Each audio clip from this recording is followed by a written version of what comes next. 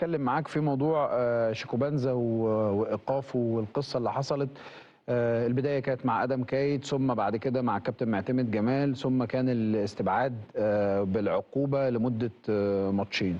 شايف الموضوع ازاي والقرار ازاي اللي اخده نادي الزمالك مع شيكوبانزا؟ اللي اخده معتمد المدير الفني يعني، مع كابتن معتمد. يعني طبعا هو كان متوتر جدا شيكوبانزا في الفتره الاخيره، وكان يعني ايه بيعمل دخلات على اللعيبه قويه، يعني عايز يتمرن كويس، عايز يرجع فورمته. فده اللي حصل اللبس. وطبعا انا بقول على معتمد ان هو اخذ قرار داخلي، ودي ميزه من مميزات الجهاز اللي موجود دلوقتي، ان هو في لعيبه بيعاقبها، في ماشي بمبدا الثواب والعقاب، لكن ما بيعلنش يعني النادي مقفول عليه، يعني الفرقه مقفول عليها كويس من معتمد وابراهيم صلاح. انت مع انهي مدرسه؟ يعني لما يحصل خطأ يتم الاعلان والعقوبه، ولا على حجم الخطأ نفسه يتم الاعلان عن العقوبه؟ انا قعدت فتره كبيره كمدير كوره كان في خصومات كبيره جدا، وما كنتش بعلن. كنتش بتعلن؟ طبعا، عشان برضو ما بوظش نفسيه اللعيب بتاعي، لان ممكن يكون في الفتره دي كان فعلا متنرفز. المهم ان هو بياخد عقاب، العقاب ده يا اما ماديا يا اما لو تطور بعد كده يبقى في ايقاف مباراتين. عملتها قبل كده مع حد؟ كتير. زي كهربا منهم مثلا، كهربا، باسم مرسي. ايه بقى؟ خصومات ماليه كتير. والله؟ والله. طب شيكا، خليني اسالك في الجزئيه دي، انت كلاعب كوره في الفتره اللي انت كنت موجود فيها، واحد من نجوم الفريق، ايهما بالنسبه لمعسكر الفريق يبقى يظبطه اكتر؟ لو انا لعيب عندي مثلا عمل خطأ، ان انا اعلن عن العقوبه، ولا ان انا لا اعلن عن العقوبه، ولا على حسب الجرم او على حسب الخطأ نفسه؟ بالظبط كده. على حسب اللي هو على حسب.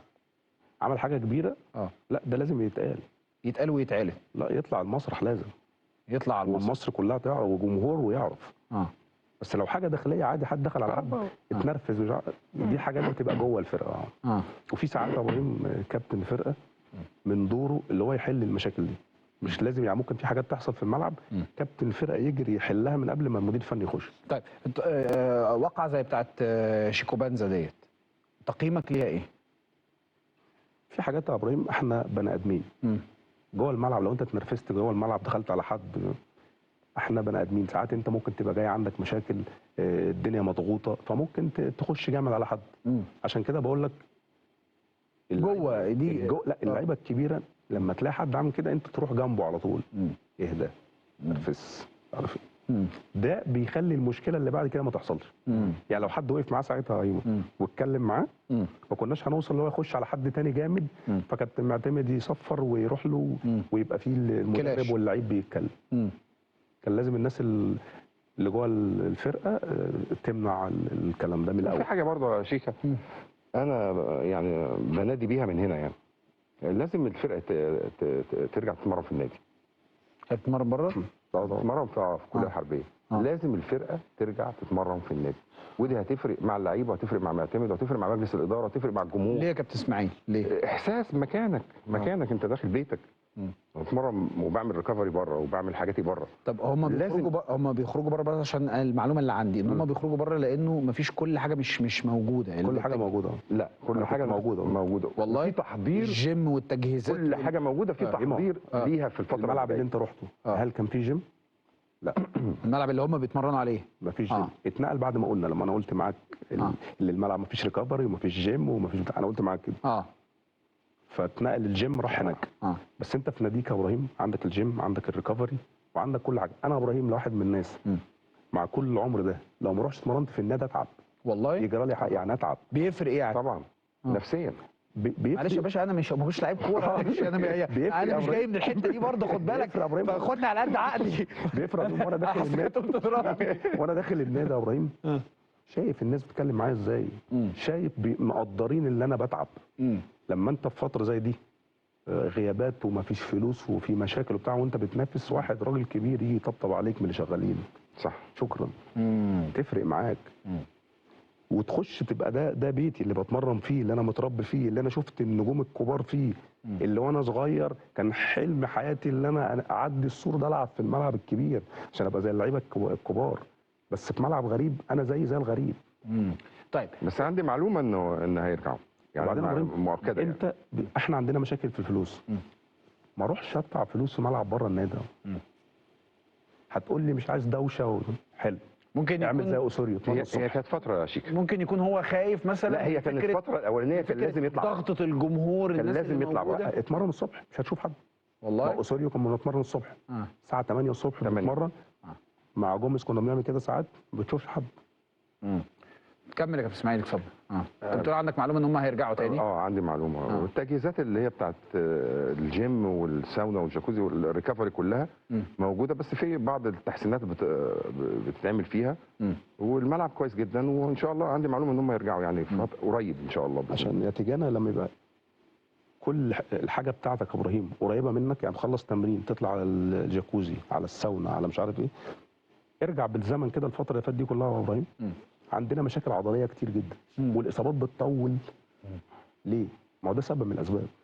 ما اعرفش الموضوع. انا الموضوع ده خد مني فتره شيكه، وبحكم ان انا كنت مدير فني.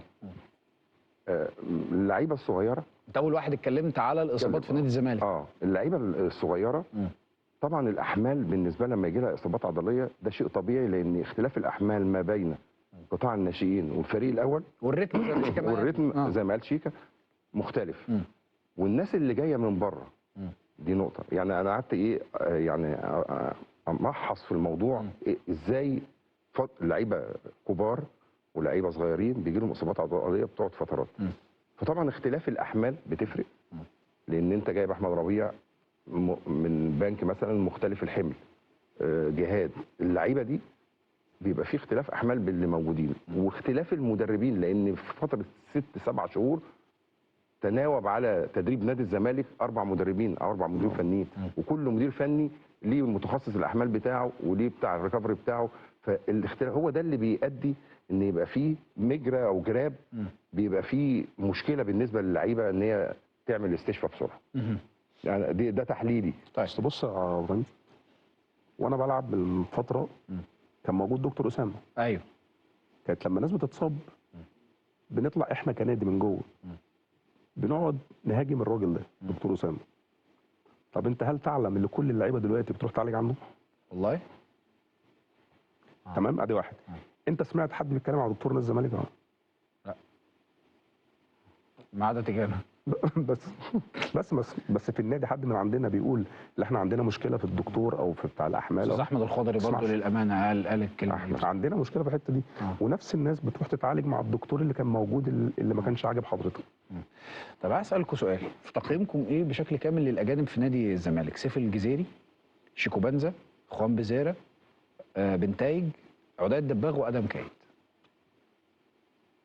ادم كايد يا ابراهيم انا قلت معاك هنا قبل كده اللي هو لازم يخش قلب الملعب، لازم يخش جوه لما دخل جوه لعب في مكانه عنده حاجه يقدمها وحاجه حلوه كمان.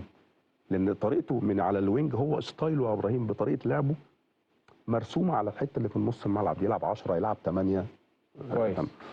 خوان من ساعه ما ساب ودنه ودماغه راحت في سكه اللي انا بعد الماتش هشجع وهنغني وهنعمل كل الكلام ده حلو، بس الناس دي حبتك عشان اللي انت بتعمله جوه الملعب. سلام عليك.